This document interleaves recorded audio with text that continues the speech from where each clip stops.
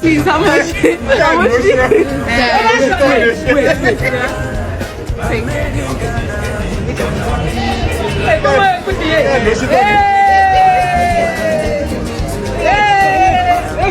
For them. So Africa being poor, shoot. Matter of fact, Africa is the richest continent. Have you been to Africa before? Is no mind your business. Your business is everybody else's business, and they will just drop everything to help you. Like, I've had that happen on so many different occasions.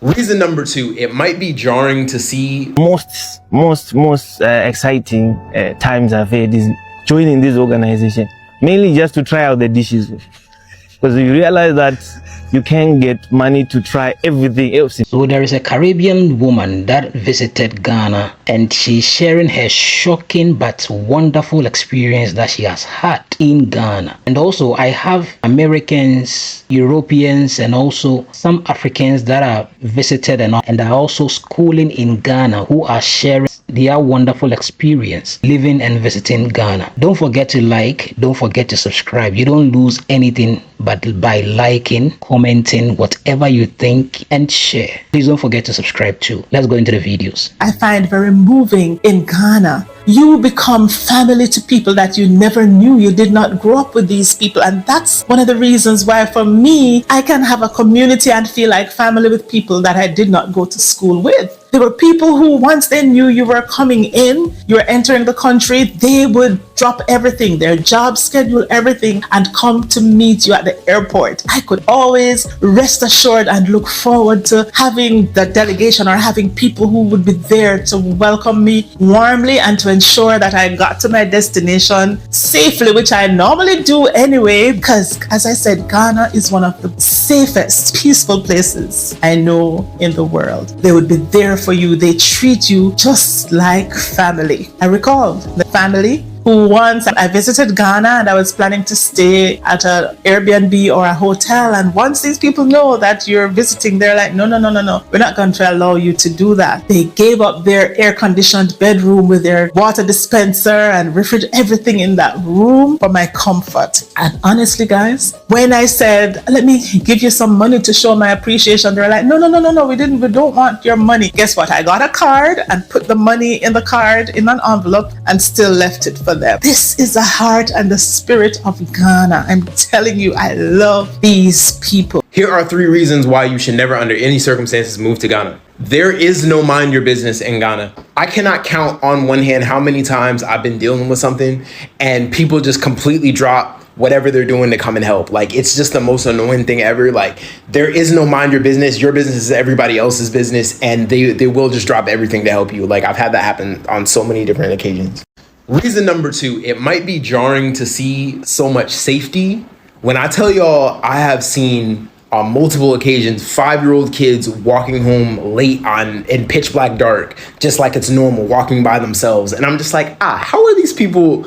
They're just walking like they're grown people, like without. I'm like, where are y'all parents? But it's like, it's not necessary because it's like, it's cool here. It's just chill. That really caught me off guard. Reason number 3, you simply will not be able to come here and be mediocre and just like coast. And because there's so many high level people you're going to meet, especially in Accra, you're just going to rub shoulders with certain people that are going to level you up. Like, no matter what, like, you're either going to work with them and see how hard they're working and have it level you up, or you might just have a few conversations and be like, God dang, what am I doing with my life? Like, I gotta lock in, bro. Like, and if you are okay with being mediocre, it's not for you. So I started trying banko and I was like, okay, it's appetizing. And then kenke, before I know, I eat everything. And now even when we have the dinner, and my friends will be taking fried rice and what, but I'll be taking banko and tilapia. We've had a privilege to visit many places. They also normally hold a lot of gatherings around campus, organizations from different places, they come. So one of the most exciting times I've had is joining this organization, mainly just to try out the dishes, because you realize that you can get money to try everything else in Ghana. So you know that they will have a program in grade 4. So you go there for more students. By the way, people here, they like international students. So if you go to the place, you speak some accent, you understand. they'll allow you to do anything, so you enter the place. So it was very fun. I got to taste a lot of Ghanaian dishes without spending a lot of money. But of all the dishes that I've tasted, how can you not see that I like bangu? And it's showing bangu and tilapia with pepper. And people have been telling me a lot about fufu. Yeah, I got to taste it, but you know, bangu is the best. Marriage in Ghana is so cheap. Today I was speaking with my Ghanaian friend and I asked him, why aren't you married right now? He said, because I don't have, they told me the sadak is 2,000. I was like, what? In my country it's like 2 million or something. What are you saying? So Africa being poor, shoot. Matter of fact, Africa is the richest continent. I'm on my way to Africa. I want to go to Ghana. Now, people say Africans are poor. What is your take on that? Well, first of all, that's my descendants, and I don't look poor. And poor is a state of mind, not just tangible money. And a lot of times it's that we have to find our resources and we have to dig from the bottom, where the others is been provided for them. So Africa being poor, shoot. Matter of fact, Africa is the richest continent. Have you been to Africa before? That's where I have not. I've met people, and that's my next step. I want to go to Ghana. You want to go to Ghana? And then my calling with my business, God told me 25 years ago that I was to build water wells in Haiti and Kenya. Didn't know why. It's only $5,000 to build a water well. Okay. And I only had $50 when I got the vision. Okay. So now I'm just working toward. I'm on my way to Africa, but I'm gonna do work when I go. Okay. So apart from Ghana, what other African country do you know? There's Ghana, there's Nigeria, there's Kenya, there's Haiti, and then I know there's a couple. Then I've been drinking and stuff. Ghana, you got me good today. When I say good, you got me real good. Listen, I went outside to get some stuff done, and I saw the sky was overcast completely. When I said pitch black, fine. I said, okay. I think I can get in the house before the rain start falling. Miss say the rain come down and shower your girl. Showers of blessing. If you watch my previous video, you saw how my hair was. Now I look like a wet molly rat. But guess what? I'm still joyful and I'm still thankful and I'm not cursing. I'm not cursing. You know, showers of blessing. Showers. Ghana, you get me good. That's all I can say. You got me good today. When I say my hair is soaking wet, even all the oils that I normally put into my micro locks run down into my eyes, burning because of how wet my hair was. But it's okay. It's okay. I'm still happy and I'm still joyful. It's all right. You don't realize how much you need community until you actually need community. Can y'all believe that we almost got stuck coming to look at a beachfront investment property if it weren't for community members helping us? And I'm talking people we have never even said hi to. Not a word, not a nothing, never spoke to them a day in our lives. And that's one thing I really appreciate about being back here on the continent, because let me tell you, if we were back home, I don't know if anybody would actually help us, y'all. Oh, and if you're new here, I'm Jam. I'm just a whimsical girly who came to Ghana last year for a wedding and I never came back home. Now me and my family are getting settled, buying a house, and I'm helping other people out there just like me find their perfect home here in Ghana too. But back to this car. Y'all, the entire community pulled up on us to help us and nobody even asked them, and we don't even know these people. That's the type of community and village support that I feel like we're missing nowadays. Everybody looks out for self, but what about the community, y'all? And I can't hold you, it was looking a little bleak for my partner agent's car, y'all. But y'all, after about an hour, 15 guys from the neighborhood pulling up on us and a super helpful lady who quickly appointed herself as project manager came in later, we were out of there, okay? And of course we gave them something small for their time and effort, y'all, okay? But y'all, this is just a small example of how collective energy can propel you towards something even faster. So y'all, next time you see a challenge in your community, ask yourself, what can we all do to collectively improve it? And you just might be surprised what the results may end up looking like. Listen, I don't know who needs to hear this, but as always, I'm sending love to whoever needs it. How significant is this event to Reparations? This is very significant because this is what we in the diaspora pray for, that the acknowledgement of the transatlantic slave trade, people like UNESCO and United Nations, the African Union, we should have these conversations. So for us to be able to sit here today and have these conversations, especially with people representing the Caribbean, and of course, you know, the president of Senegal, the president of Ghana, of course, the Honorable John Mahama, who went in front of the United Nations and said, it's time for us to stop these conversations of reparations. Then you have the president of Togo, Senegal, Barbados, Mia Mottley, the Honorable Papsy Grange from Jamaica. So we're here. I'm excited. And I'm here to sing a few songs. A song called Reparations, and it's very fitting for today. All right, today I want to talk to you about the difference between tailor-made clothes from Africa and just mass-produced clothes from America. Now, this topic is for the more affluent person. That means the person that can actually travel to a place, have their clothes designed by a particular designer, and the clothes are strictly made for them. Now, Africa has the advantage on this, guys. You may feel like, well, they can't do this, they can't do that. No, they don't mass produce well. All right. They don't mass produce well. But when it comes to that tailor-made look, it's hands down all Africa. All right. Because when you go there, they can put the clothes together strictly for you, your size, the way you want it. And I do realize with these teams coming over, and most Americans, the more affluent ones, are watching and looking at what they're wearing, especially the suits and things like that, and are coming up with ideas. See, this is the one thing, Africa, I want you to understand. When you have access to a person's ability to handcraft and hand make things for you, especially high quality goods, that's a pretty lucrative industry. All right.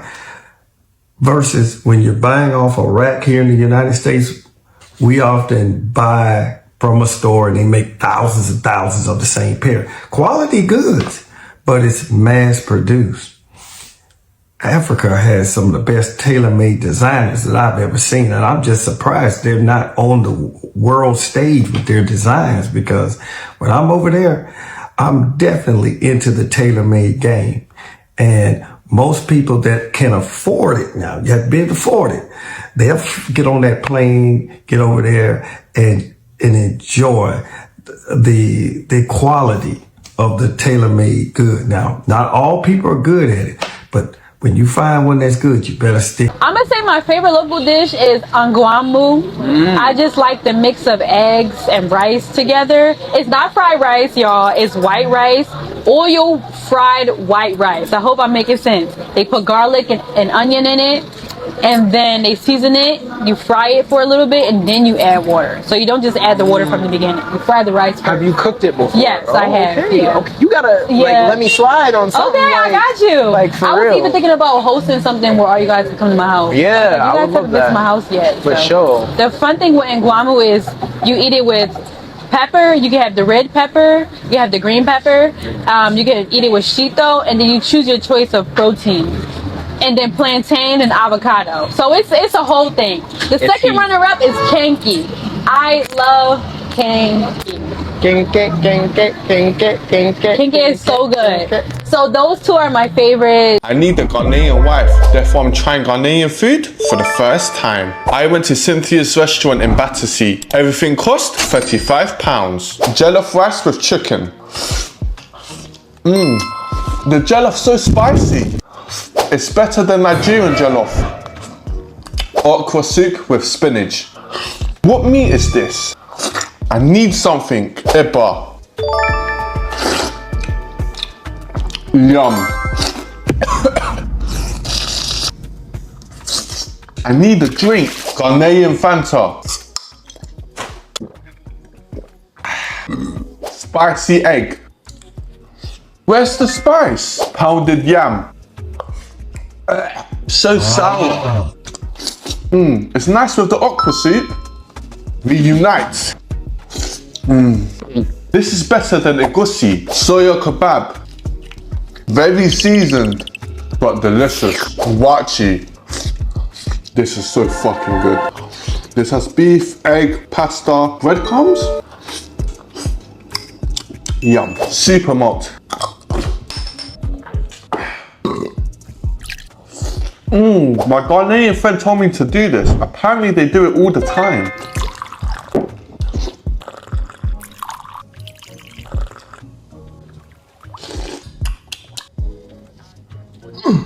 Everything on this table is over 5,000 calories. Bon appetit. Wait, let me get a bigger bowl. Real Ghanaian soup.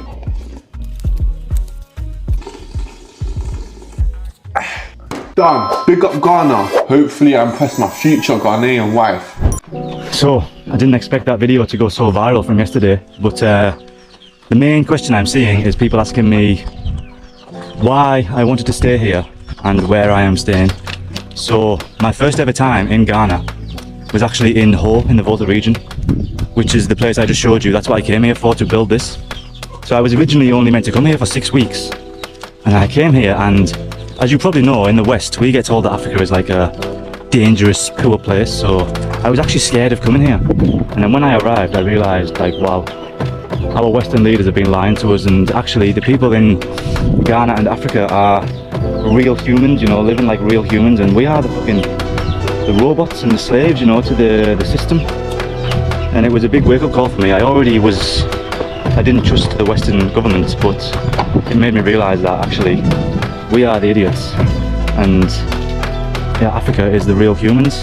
So that's why I wanted to stay. You see, this particular thing that this Caribbean woman said about Ghanaians giving her a place to stay, and she wanted to even pay, like give them money, and they said no. This is like typical Ghanaian thing. They will help you without asking for anything. That's basically it in Ghana. It is the lifestyle of the people. That's how culturally Ghanaians are. It is difficult for a Ghanaian to help you, willingly help you, and say they are taking some money from you. Some people probably, if you give it to them, they will take, especially the street boys. But a typical Ghanaian is genuinely helping you, they will not. And that is Ghana for you. And this Egyptian who is talking about marriage is not expensive in Ghana. Charlie, for us it is expensive, especially when it comes to all the other things. Maybe the person just mentioned what you mentioned, but there are other things involved though. So the man is going to spend a lot. So I don't know the details that probably the person gave you, but Charlie, we pay. And I like the fact that these Americans are sharing